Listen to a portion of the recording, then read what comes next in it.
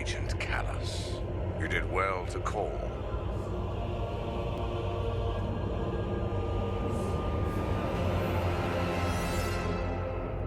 The Grand Inquisitor was an elegant and strong-willed force-wielding tool of the Sith. Under the direction of Darth Vader, the Grand Inquisitor led the Inquisitors to eliminate the Jedi and facilitate the continued reign of the Empire. After seeing the Grand Inquisitor in Star Wars Rebels Season 1, and someone that resembles him in Season 2 inside a Jedi temple, I was left in a quandary wondering about his origins. Hello, I'm Isaac from Wotso videos, and today's Secrets of the Force video will be all about the Grand Inquisitor's history. Originally, the Utapauan was born on the planet Utapau 15 years prior to the invasion of Naboo. If the boy was recruited similarly to the average youngling, the eventual Inquisitor was recruited at an early age by the Jedi Order. Through his time and training with the Order, the boy became a Jedi Temple guard, tasked with protecting the Jedi Temple on Coruscant. The young Inquisitor is seen in Star Wars The Clone Wars as one of the Temple guards who escorts Ahsoka Tano to her trial for the bombing of the Jedi Temple, and he brings forth Barriss Offee when she admits to being the culprit of the bombings. Barriss Offee's deceit and Ahsoka Tano's decision to leave the Jedi Order, even after she was exonerated for the crimes of the bombings, led the Inquisitor to question the teachings of the Jedi. The man's loss of faith eventually led to his departure from the Jedi Order and his inevitable fall to the dark side.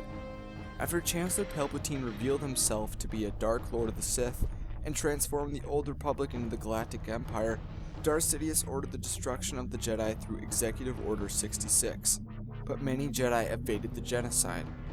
In response to the Hidden Jedi, Sidious tasked Vader to build the Inquisitors, in which he trained a variety of fallen Jedi, including the Grand Inquisitor, to become Jedi exterminators.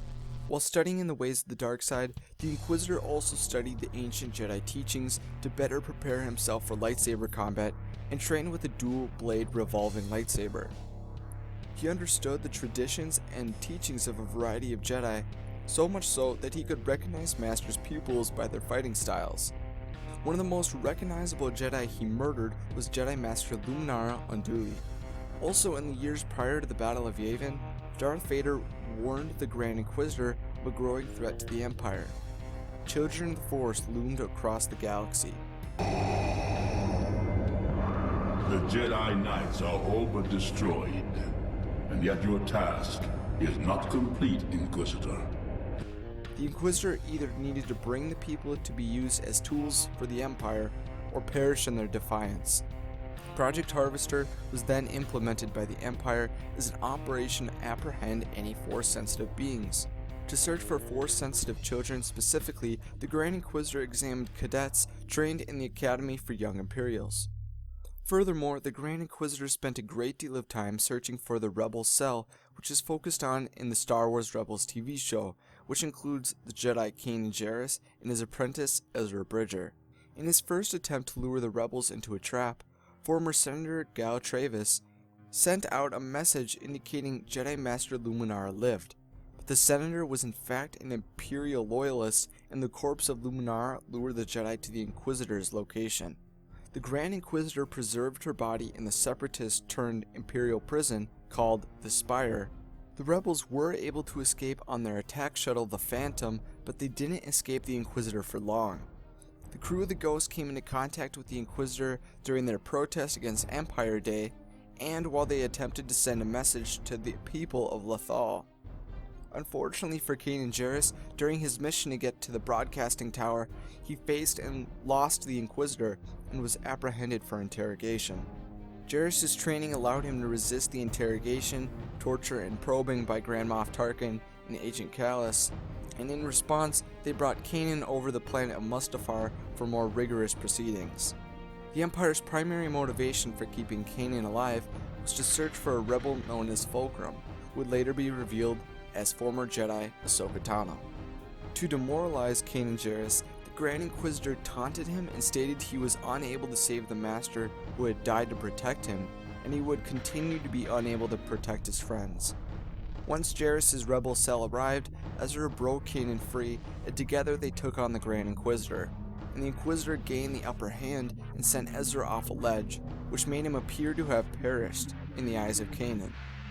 In the apparent death of the boy, Kanan Jarrus gained focus and became one with the Force, which forced the Inquisitor to lose the battle and fear Kanan's power.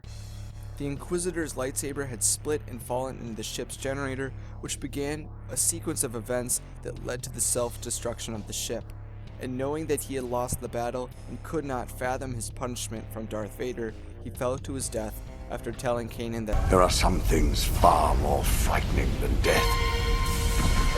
This is the conclusion of the Grand Inquisitor's story. But what about in Season 2 of Star Wars Rebels, when the Grand Inquisitor appears in the Jedi Temple? The Temple Guard who faces Kanan in Lethal's Jedi Temple is actually a manifestation created by Master Yoda to test Kanan Jarrus. Since Kanan understood his role in training Ezra and was willing to protect him from any foe, Master Yoda crowned Jarrus as a Jedi Knight after revealing the Temple Guard resembled the former Jedi. By revealing the face of the Grand Inquisitor, Yoda is showing how Ezra's life will one day reach a point, much like the Inquisitor's, which he will have to decide to either fall to the dark side or rise to the light. Although the Grand Inquisitor perished after only one season, he was still a very interesting take on the Sith. He acted most similarly like the patrician Darth Tyrannus, and seeing that type of elegant and sinister behavior I felt was very entertaining. To stay up to date with the Secrets of the Force videos, and videos just like this one, then please subscribe to Wotso videos to be notified when we post. Is there a question you've been dying to know about the Star Wars universe? Then please ask your questions in the comment section and we'll be sure to make a video on your idea. Thanks for watching and may the Force be with you.